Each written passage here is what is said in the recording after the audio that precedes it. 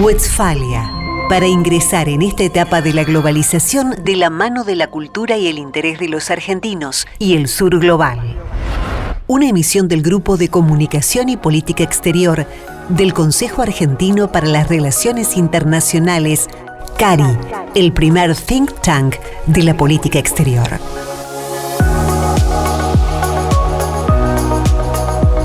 Cuando una persona entra a la ciudad de Buenos Aires, todavía en algunos lados dice la ciudad de todos los argentinos.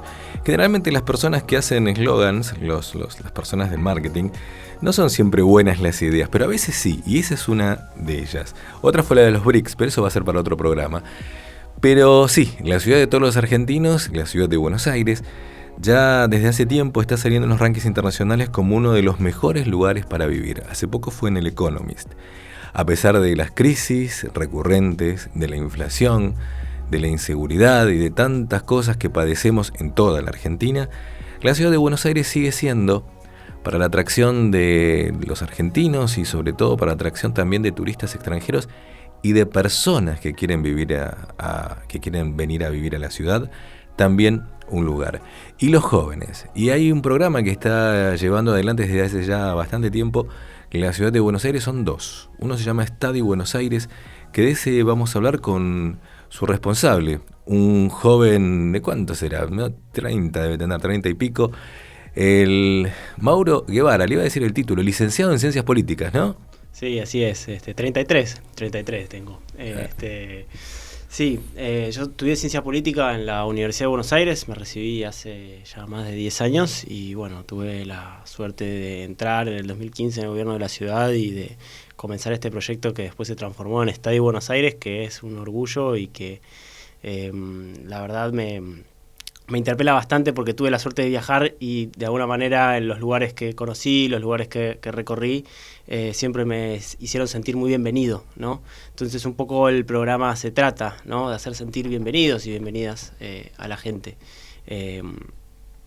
Study Buenos Aires surge en el año 2016 y se termina, digamos, de consolidar con el lanzamiento de la resolución creadora del programa en el 2017 y reunió en principio a 20 universidades públicas y privadas de la ciudad de Buenos Aires y del área metropolitana de Buenos Aires, con el objetivo de hacer de Buenos Aires una gran ciudad para estudiar, pero sobre todo para recibir, ¿no?, a estos estudiantes internacionales que vienen, y son bastantes, todos los años a la ciudad.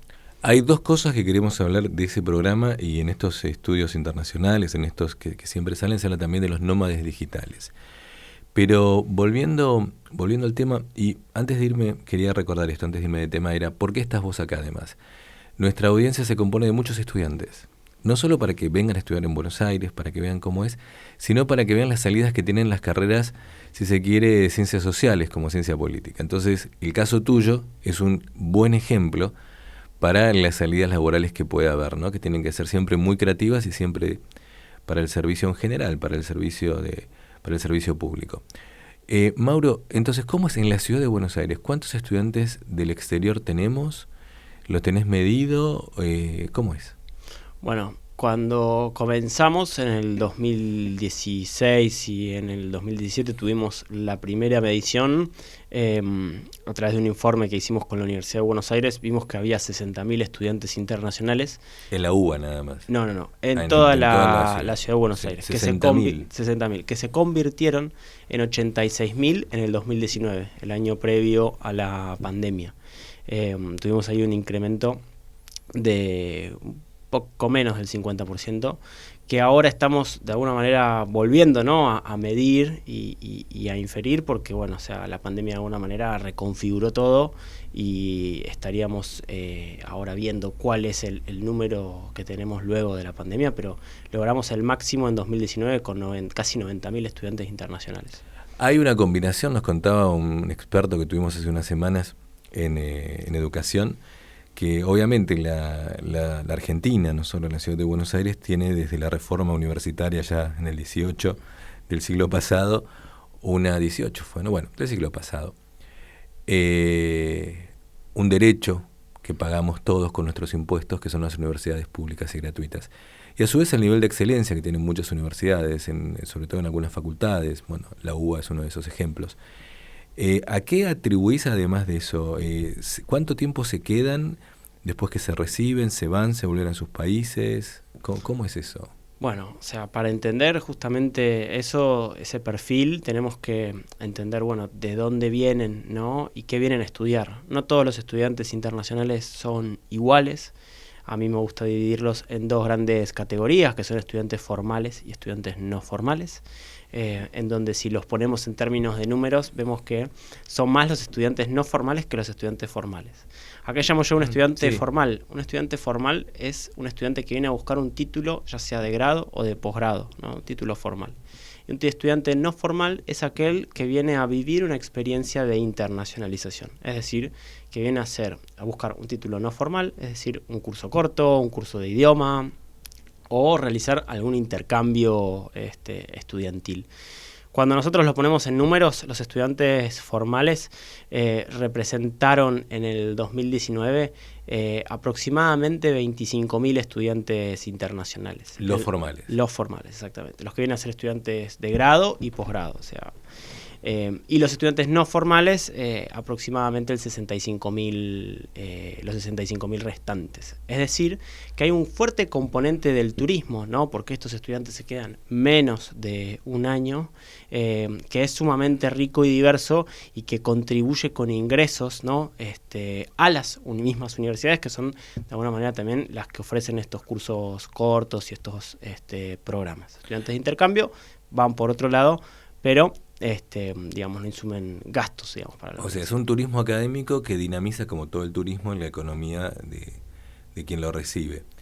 ¿Las universidades cómo respondieron a esto? ¿40 universidades están trabajando? Hoy son casi 40 las universidades que están trabajando con esto, y de alguna manera es brindarles un servicio a las mismas universidades, porque como nos gusta decir, nosotros de alguna manera trabajamos puertas afuera de la universidad, brindándoles y acercándoles la ciudad a estos estudiantes internacionales.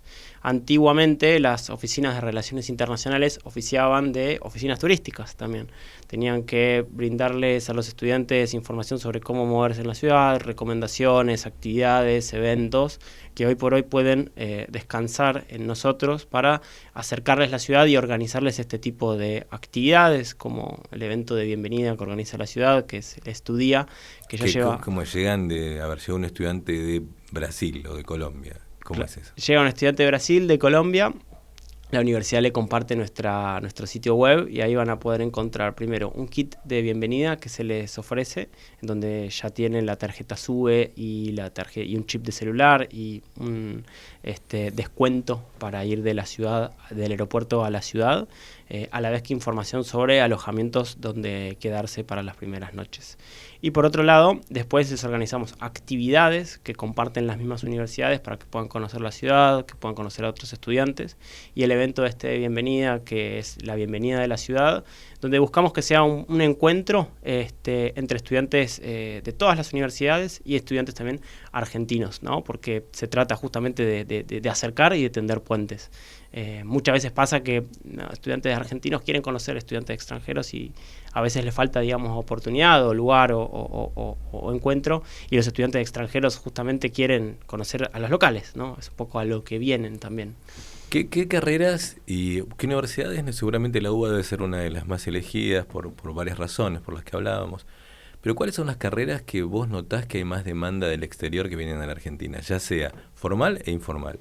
Bueno, en lo que tiene que ver la formación formal y sobre todo lo que son los posgrados, que es algo que promovemos activamente, ¿no? O sea, buscamos contribuir con la internacionalización de los posgrados, vemos que hay mucha demanda en lo que tiene que ver con las ingenierías, sobre todo ingenierías ambientales, en lo que es ciencias sociales, sobre todo las que están especializadas en derechos humanos, y también en las carreras de ciencias económicas, marketing, lo que tiene que ver con publicidad, lo que tiene que ver con administración de empresas. Esos están entre las más elegidas, y psicología también, además de las ciencias médicas, las ciencias de la salud, que son otras de las más elegidas. Bueno, están todas prácticamente. ¿Qué países son los que más vienen, los que más están interesados? Me imagino que muchos latinoamericanos, pero también por el idioma. Sí, el 80% de los estudiantes viene de América Latina. y ahí hay que hacer una distinción dependiendo de si estamos hablando de estudiantes formales o estudiantes no formales. Estudiantes formales, carreras de grado, principalmente de Brasil, de Perú, de Colombia, y estudiantes de posgrado de Colombia y de Ecuador. En lo que son estudiantes no formales, recibimos también muchos de Brasil, muchos de Estados Unidos, que vienen a hacer sobre todo programas de idioma, cursos de idioma. Y en lo que es intercambio, recibimos de Francia, recibimos de España, de México y de Alemania. Esos están también entre los top. Nómades digitales. Nómades digitales. Explícanos. Bueno, nómade digital es... Debe tener que ver también, deben ser un tipo a ver, pueden ser estudiantes o no ya. Totalmente, un estudiante que se convirtió en un nómade digital porque dijo, se enamoró de la ciudad y buscó volver, ¿no? Eso también es parte de lo que buscamos. Un nómade digital es una persona que tiene la posibilidad de trabajar desde cualquier parte del mundo, ¿no? Por el tipo de trabajo que tiene. Es un fenómeno que existía antes de la pandemia, pero que con la pandemia y el boom del trabajo remoto se profundizó, y que desde el gobierno de la ciudad de Buenos Aires, como parte de la respuesta a la pandemia, ¿no? De identificar este visitante internacional, cómo iba a estar reconfigurado el movimiento internacional de personas, ¿no? El nuevo movimiento internacional de personas, vimos que este actor iba a ser fundamental. El BID espera que para dentro de 10 años al menos de 1.000 millones de personas, ¿no? Trabajen o tengan un trabajo de manera remota. O sea, los nómades digitales son personas de otro país que se van a otro y trabajan remotamente para otro, no el lugar donde están. Porque si yo trabajo en mi casa ahora con una computadora y trabajo para una empresa de Argentina, no soy un nómade digital. En esa definición. Son solo personas que traspasan la frontera a otra cultura, a otro, ¿no? Exactamente. Originalmente, como se lo concebía, era de esa manera. O sea, que van y que buscan otro país. Y sobre todo que siguen las temporadas, ¿no? O sea, buscan lugares... El verano, la primavera. Claro, o sea, persiguen el verano. Entonces, no, está bien, Argentina debe ser bastante atractiva y la ciudad también con sus servicios porque estamos muy devaluados, ¿no? Y eso también ayuda, ¿no? Buscan lugares que sean más económicos. Tradicionalmente, la meca de los nómadas digitales es Lisboa, o sea, fue Lisboa. Lisboa es el destino más económico, ¿no? Fue uno de los destinos más económicos de Europa. Sí. Ah, mirá qué interesante. Bueno, ¿cómo...? A ver, no solo las personas del exterior, las personas de otros lugares de la Argentina, estudiantes que quieren venir a Buenos Aires, ¿se está contemplando algo de eso acá en el futuro? Sí, lo importante siempre es identificar a los actores sobre los cuales uno va a trazar políticas públicas, ¿no? Y cuando hablamos del movimiento internacional de personas, que engloba el turismo, que engloba a los estudiantes, que engloba el nomadismo digital, es importante poder identificar a estos actores porque son dinamizadores de la economía. Nosotros medimos que los casi 72.000 nómades digitales que vinieron en el 2022, el año pasado, dejaron aproximadamente 200 millones de dólares en la economía de la ciudad. Y si a eso le sumamos los 86.000 estudiantes internacionales que en 2019 vinieron a la ciudad, estamos hablando de otros 300 millones de dólares. Entonces, es importante para lo que nosotros denominamos la economía del visitante, tener políticas que le hablen a esos sectores, porque esos sectores son los que en definitiva se van a sentir bienvenidos, ¿no? Por la ciudad, y desde la ciudad se les va, o desde los sectores de la ciudad que tratan con estos visitantes, se les va a acercar la ciudad, ¿no? A estas personas. Y eso va a hacer que su experiencia sea mucho mejor y que terminen volviendo, que compartan que Buenos Aires es un excelente lugar para estar y que, digamos, la rueda continúe girando. ¿Cómo se podría hacer un estadio, en vez de un estadio Buenos Aires, en el futuro un estadio Argentina y nómadas digitales para Argentina? ¿Cómo te imaginas que podría ser un proyecto así? ¿Qué habría que sumar? Está la estructura, imagino que la ciudad de Buenos Aires tiene una gran infraestructura, pero también la tiene Rosario, también la puede tener otras ciudades, incluso aeropuertos internacionales. ¿Cómo sería un programa así? Argentina, Estadio Argentina. ¿Lo ves factible? Sí, y yo creo que me parece importante el desarrollo de iniciativas locales, en iniciativas provinciales. O sea, yo creo que el primer paso sería fomentar ese desarrollo de, así como fue Study Buenos Aires, de Study Córdoba, de Study Santa Fe, de Study Mendoza, y lo mismo para los programas de nómades O digitales. sea, de abajo para arriba tendría que ser, no a nivel federal, sino de abajo para arriba, cada una de las localidades. Porque cada realidad es especial, ¿no? Y quizás la realidad de la ciudad de Buenos Aires, que es una ciudad-estado, no es la misma que la realidad de Mendoza o de Córdoba, que son provincias enormes que a la vez deberían articular con los propios gobiernos locales, ¿no? Las propias intendencias. A mí me parece que de esa forma vamos a estar haciendo y promoviendo Buenos Aires justamente vamos a estar promoviendo la Argentina desde un lugar muchísimo más grande, ¿no? Porque vamos a estar justamente apalancándonos en esa diversidad. Claro, las universidades que tienen especializaciones, puede ser Mar del Plata con el tema de la oceanografía, puede ser el sur, el tema del petróleo, puede haber tantas cosas para ver, ¿no?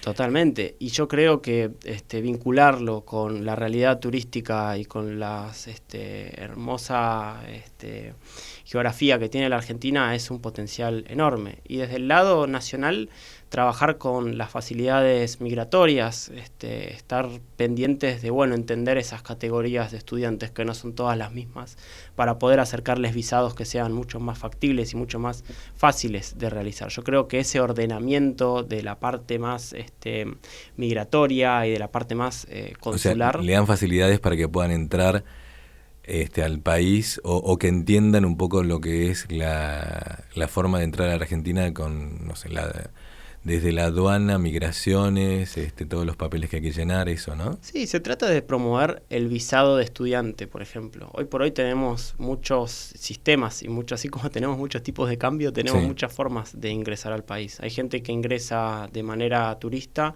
y después cambia su estatus migratorio una vez en el país, porque eso es mucho más económico que el visado de estudiante, ¿no? O sea, y mucho más quizás sencillo porque lo haces en territorio. Entonces, yo creo que nos debemos una discusión, migratoria, de cómo le acercamos la burocracia, ¿no? En el buen sentido, a quien viene a visitar, para ordenar justamente los procedimientos y que sea mucho más fácil y mucho más intuitivo para la gente. Qué buen paper que podría hacer para el Estadio Argentina, ¿no? Para que lo puedan ver los candidatos. Sería interesante, ¿no? Bueno, es un lindo tema para poder charlar en la campaña y debatirlo, para salir un poco de las discusiones estereotipadas. Mauro, antes de terminar, vos, 33 años, licenciado en Ciencia Política, ¿qué más estudiaste? Y hice profesorado también de Ciencia Política y estoy terminando la tesis de un máster que hice en proceso de integración regional. Todo eso es un ejemplo para todos los que están escuchando en general, que, como te decía, son audiencia de estudiantes y de jóvenes profesionales. Ahora, ¿qué recomendarías vos a alguien que está empezando la carrera, ¿no? De ciencias políticas, de internacionales, de todo lo que tenga que ver con humanidades? Que no pierda la fe, que no todo se acaba, en aplicar al ISEN, ¿no? Porque... El ISEN es la escuela del servicio, el Instituto Superior de Enseñanza, ¿cómo era? Bueno, ya no me acuerdo. Servicio Exterior de la Nación, exacto. Bueno, sí, eso es para ser diplomático. O sea, que no solo quieran ser diplomáticos, sino que hay vida por otro lado. ¿Cómo es? Exactamente. O sea, las relaciones internacionales son transversales, yo creo, hoy por hoy, a las relaciones que las instituciones tienen. Hoy, creo, no puede pensarse un mundo sin relaciones internacionales y sin profesionales que tengan la permeabilidad no solo de entender el mundo, sino de saber hablar con el mundo. Y esas herramientas, que en definitiva son empatía cultural, yo creo que son grandes activos que ustedes tienen y desarrollaron, primero por curiosidad de querer entender y comprender otra cultura, y segundo por justamente estar aprendiendo de estos temas. Entonces, hay un mundo muy grande de instituciones que se están desarrollando, se quieren desarrollar, y que sí o sí tienen que ser hablando y vinculándose con el mundo. Entonces, universidades, gobiernos locales, empresas, hay mucho ahí como para traer un poco más de luz, digamos. Bueno, Germán Chipola, que es quien trabaja para que esto salga decente, en lo audio, aunque sea, me está diciendo dos cosas. Una es que ya está el doctor Agustín Udalowski para su columna de Derechos Humanos, y lo otro es que no te pregunté cómo alguien que quiere estudiar desde el exterior, ¿cómo se comunica? ¿Dónde tiene que ir? ¿Una página web? ¿A dónde? Nosotros tenemos nuestro sitio web study.buenosaires.gov.ar y nuestro correo electrónico y nuestras redes sociales study@buenosaires. Bueno, doctor Udalowski, lo esperamos. Gracias, Mauro. Esperemos que se anote más gente y seguimos en esto que es Westfalia. Muchas gracias. Westfalia, una emisión del Grupo de Comunicación y Política Exterior del Consejo Argentino para las Relaciones Internacionales, CARI, el primer think tank de la política exterior. Ahora, Derechos Humanos Ya, con Agustín Udalowski. Ya llegó tarde Agustín. ¿Cómo le va? Pero llegamos perfecto. ¿Cómo está, Guillermo? Bien. Derechos Humanos Ya, se acuerda que era hace mucho tiempo, usted debería estar naciendo. El recital, ya lo conté. Creo el tercer capítulo de nuestros oyentes como nos enseñó Mirta Legrand a todos, el público se renueva. Así que bueno, usted es un émulo de Peter Gabriel, de Sting, de Charly García y de Bruce Springsteen. Y ¿cómo se llamaba? Había una persona más. Quiero Yusun Dur. Así que cuéntenos, ¿qué nos tiene preparado para que entendamos el valor ahora en serio de los derechos humanos? Bueno, algo que vos me habías pedido un par de episodios atrás era el tema de rankings, ¿no?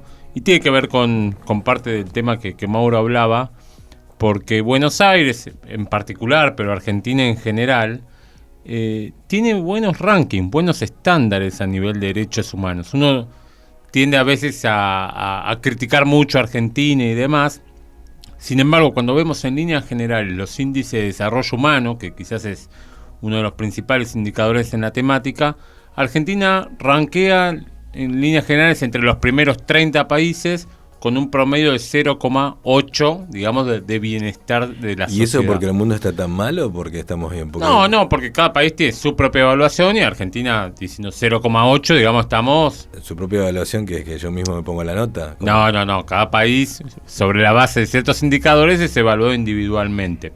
Pero Argentina, por ejemplo, tiene buenos indicadores en temas de salud, relativamente, en temas de educación, de acceso a la educación relativamente también. Está bien, porque usted nos está diciendo, Agustín, claro, bueno, vos, no te voy a hacer el personaje, pero vos me estás diciendo, bueno, mira, derechos humanos no es solo que no se torture,